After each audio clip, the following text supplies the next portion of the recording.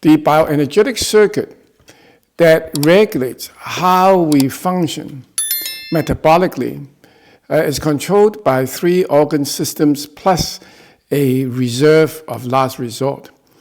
The 3 systems are the thyroid gland, the pancreas, and the liver. The thyroid sets the basal metabolic rate of the body. It's like the idling speed of a car at rest when it's not going anywhere. You still need a basic amount of energy to keep it running in a ready state. You cannot have a car that is totally turned off if you want to be able to start and go on demand, which is what our body goes through 24/7.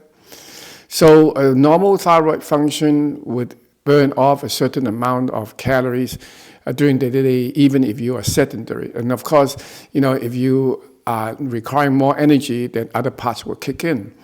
So normal thyroid is critical. And if you have hypothyroid or symptoms of low thyroid, then you're going to feel tired, you're going to feel fatigue, and your metabolism will slow down. And you start losing weight, and you have dry skin, etc. So that's one component, and that's been very well studied for many, many years and decades. The second component is the pancreas. Well, why is the pancreas important? And the reason is because the pancreas secretes a very important hormone called insulin, a peptide. And this particular hormone regulates how well the fuel of our body, in this case, the meals that we take, the food that we take, either in the form of carbohydrate, protein, or fat, is delivered to the engine of the body. So it's almost like the gasoline pedal of your car. But you can have a tank full of gasoline in the car, but if you don't step on the gas, there's no flow of the gasoline into the engine of the car. So in the case of our body, the food that we take in is the fuel. And insulin helps to move that fuel into the liver after it is being used by the cells. Now remember, our cells don't use all the fuel all the time. We only eat a few times a day or sometimes none. But the body still requires fuels to move around. So the insulin serves that vital function. When the food that we take in consists of especially high refined carbohydrates such as starches or sucrose, which is a 50% glucose and 50% fructose. As the body kicks into action, the insulin will spike because those are quick releasing energies, and the sugar level will come down because the insulin brings the sugar from the bloodstream that's extra, that's not being used right away, into the liver for storage. So the insulin is like the messenger. In the case of the car, is like the gasoline pedal. I use the analogy of a messenger because if you have a mail and you have the messenger that brings the mail to your door or the packages to your door, the package is the sugar. The more package that you put in your body, the more sugar you put in, the more messenger you will require to bring that sugar onto your front door and deliver the package to you. So that's the analogy. But insulin is much more than that, although that's the main function. But it's very important to remember at this point is that insulin is a messenger. It's a hormone to carry the sugar into the liver when it's extra, okay? And so that's what insulin does. On top of that, we have the third component, which is the liver. Well, why is the liver important? Most people think of the liver as just a simple detoxification organ, but it's much more than that. We now know that the liver, in the case of our car analogy, serves as the engine and also serves as part of the fuel tank. Remember, we eat food, but we don't eat every day continuously throughout the day. So where is the energy stored? First is delivered to the cells that needs it right away.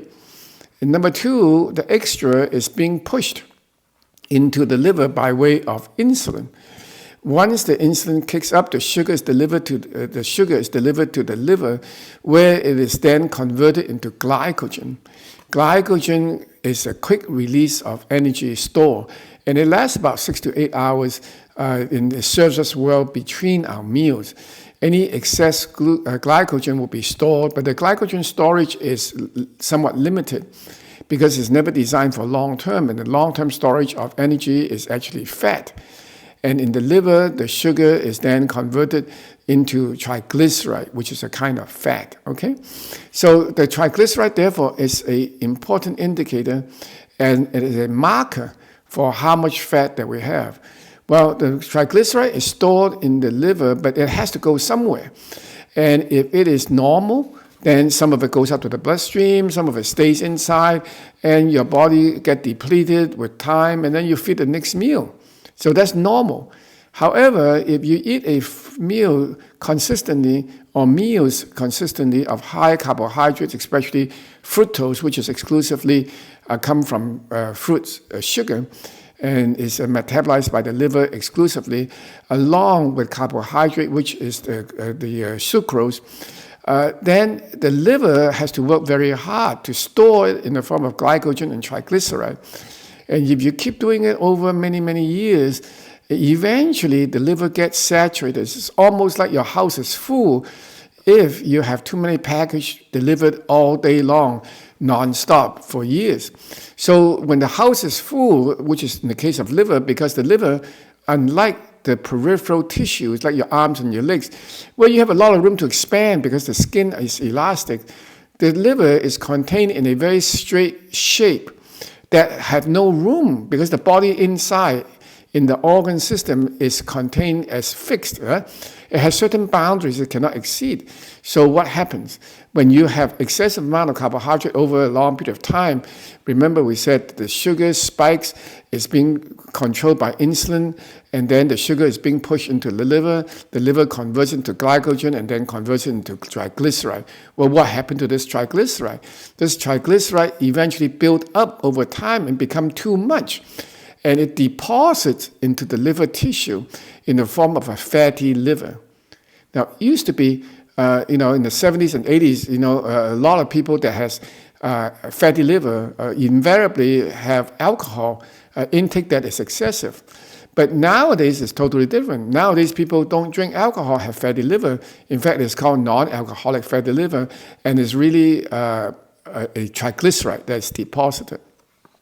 So when the triglyceride has nowhere to go, it deposits into the liver. But the liver has only so much space, so eventually it jams up the liver. It's just like package coming into your home. If you don't stop and break it down, eventually your living room, your house will be full, and you cannot accept anymore. So that's what's happening to the liver. And in this case, you can kind of tell by a rising triglyceride, as well as your liver enzyme function will go up, such as the ALT. So those are primary indicators. Now, when the liver has too much triglyceride, what does it do? It has to get rid of it. Well, how does it get rid of it? It gets rid of it by packaging it in a little taxi, like a balloon called VLDL. And then that balloon contains mostly triglyceride.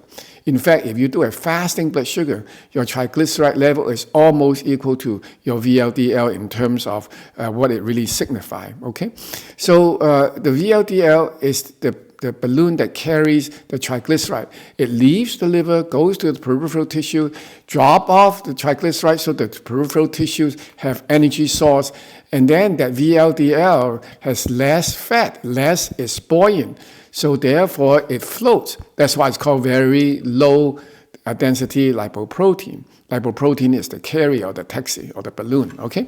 So when that happens, then the body becomes, these lipoprotein taxis become what we call low density, because now the fat is gone, so it sinks.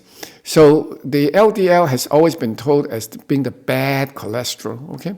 And so we now know there's two kinds of LDL. One is called ApoA, one is called ApoB. ApoA is the neutral. Okay, it is not bad, it's not good. It consists of 80% of our LDL. ApoB is the bad cholesterol, and it contains 20% of our LDL. And you want a high A and a low B. And if you ask for particle size count, as advanced doctors now do with cholesterol panels, in addition to just the basic HDL, LDL, cholesterol, and triglyceride, then you will be able to find out these counts. And you want a healthy ratio, and the lab will give you the ratio, okay? So remember, the ApoA is good, it's fluffy, it's low density, and then the ApoB is the dense LDL, which is not good, okay? So you want low LDLB, you want a high ApoA, okay, LDL.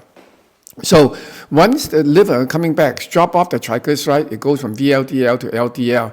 And so it depends on the kind of LDL you have. If you have a lot of ApoA, then it's okay. If you have a lot of ApoB, then it's not okay, okay? Now HDL is separate. HDL is a separate type of high density. It's high density because it doesn't have the fat. It brings the remnants back to the liver. So a high HDL is good. But total cholesterol by itself, as well as total LDL by itself, really has very little meaning because of the variety of LDL you have to know in order to make sense out of the picture. A high total cholesterol that consisted of a high number of LDL particle B or ApoB is actually very good, while it's very bad. While if it's the same high total cholesterol, but the component of the LDL is high ApoA, then it's cardiac neutral. Okay, but the lesson learned is regardless of whether it's ApoA or ApoB, the triglyceride tells a story. And the triglyceride story is very important, and that's really the crux of the problem that we have in metabolic disturbances. So we talked about how fatty liver comes about because of high triglyceride. Well, in addition to the triglyceride being deposited to the liver, the body tries to get rid of it. We talked about by way of VLDL, which then turns into LDL. Now, when the triglyceride is being pushed out of the cell by a spillover, then the triglyceride eventually in the blood will rise. Okay, remember the VLDL release the triglyceride once in the cells and then becomes LDL. So where does the triglyceride go? The triglyceride, some of it is circulating in the cells, some of it is circulating in our visceral fat.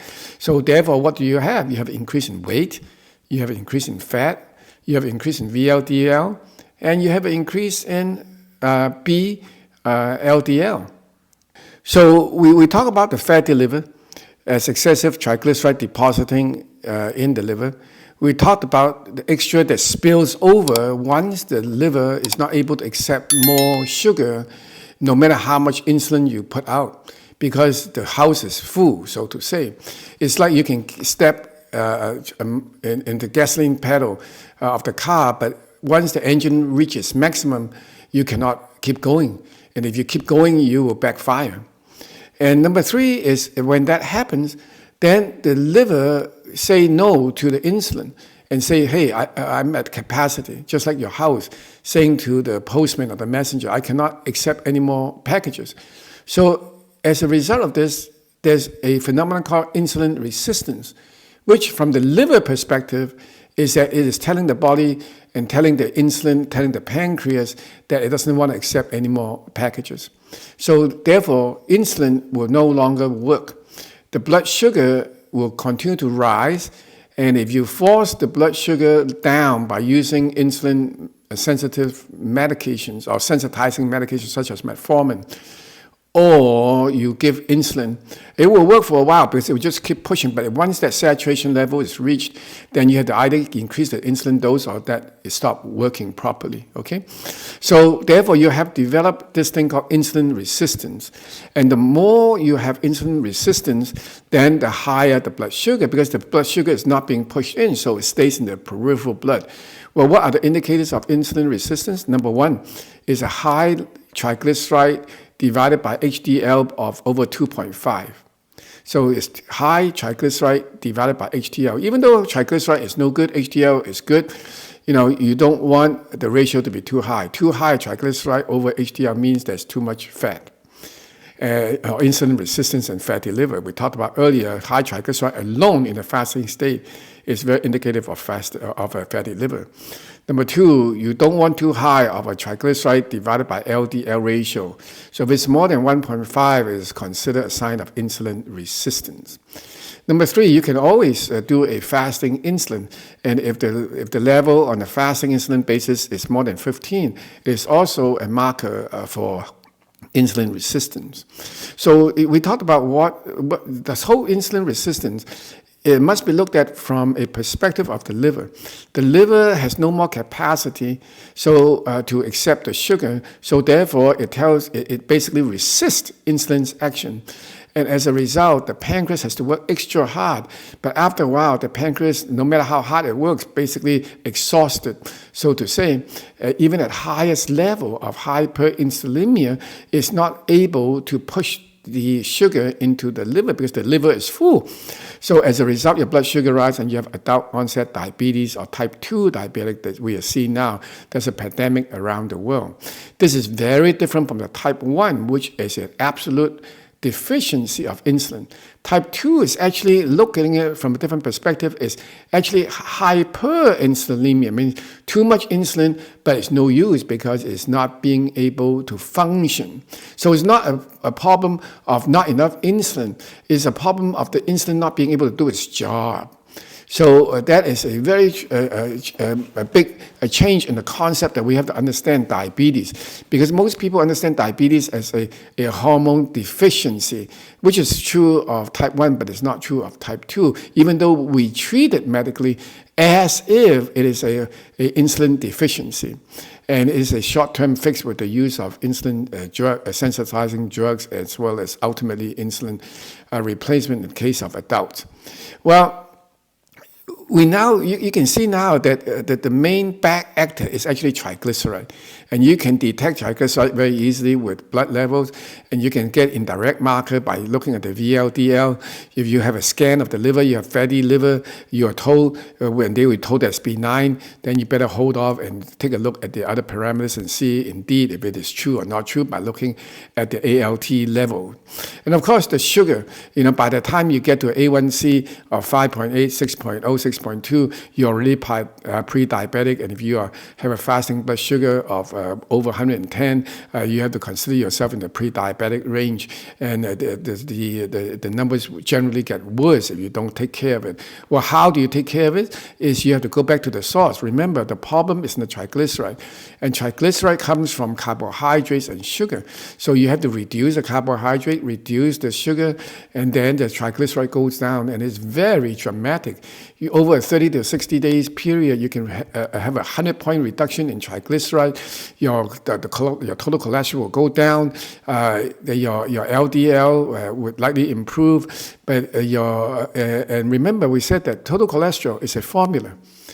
The formula is total cholesterol is equal to HDL plus LDL plus triglyceride divided by 5. So the triglyceride divide, if your triglyceride goes down, your number is going to go down. And therefore, even if HDL and LDL is constant, your total cholesterol will automatically go down.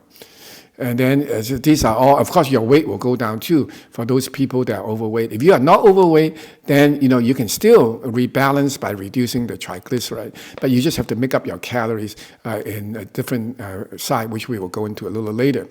But it's more than just the insulin. Now, insulin in the liver, now you realize the insulin is the gas pedal. The liver is actually the engine, has a part of the reserve tank together with the peripheral tissue. The thyroid sets up the basic metabolic rate. So if you have a low thyroid, let's say you have stress, okay, and your brain will activate the body to make cortisol, which is the fourth organ, that is overriding. And so this cortisol from the adrenal cortex serves to increase blood sugar so that you can run away.